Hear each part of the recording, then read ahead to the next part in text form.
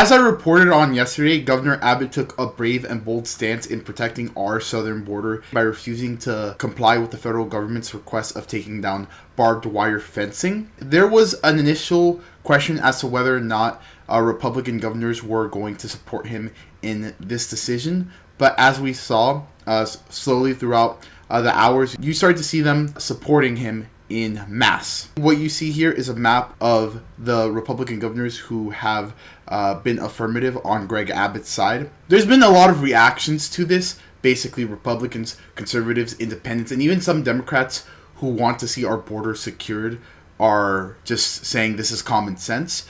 But you have others who are concerned about how Texas is ignoring a federal ruling.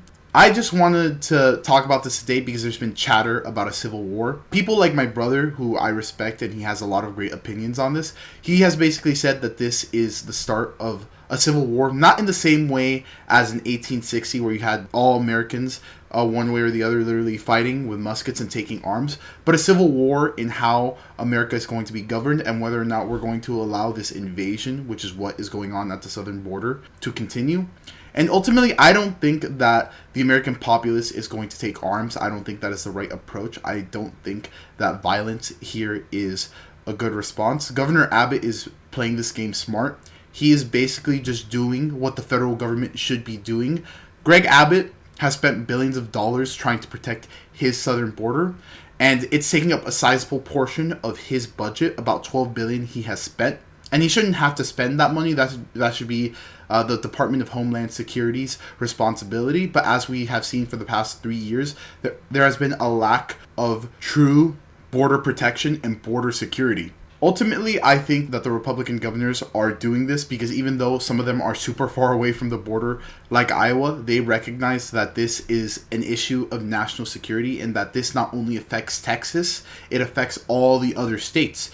When you have such a wave of undocumented immigration taking up municipal resources, taking up sheltering, taking up housing, it's not possible for them to have so many people come in at once. This is just unregulated immigration that is, quite frankly, putting our country at risk. Because even if you believe that 99% of the people coming through the southern border are just doing so because they want to work and they want to make their lives better, there's that 1% who you don't know what they're going to do when they enter this country. And there's already been 8 to 10 million people who've already crossed our southern border. And some estimates say that by the end of Joe Biden's first term, there will have been, if the pace of 10,000 to 12,000 undocumented crossings occurs, there's going to be 12 million people. I hope that Biden wakes up.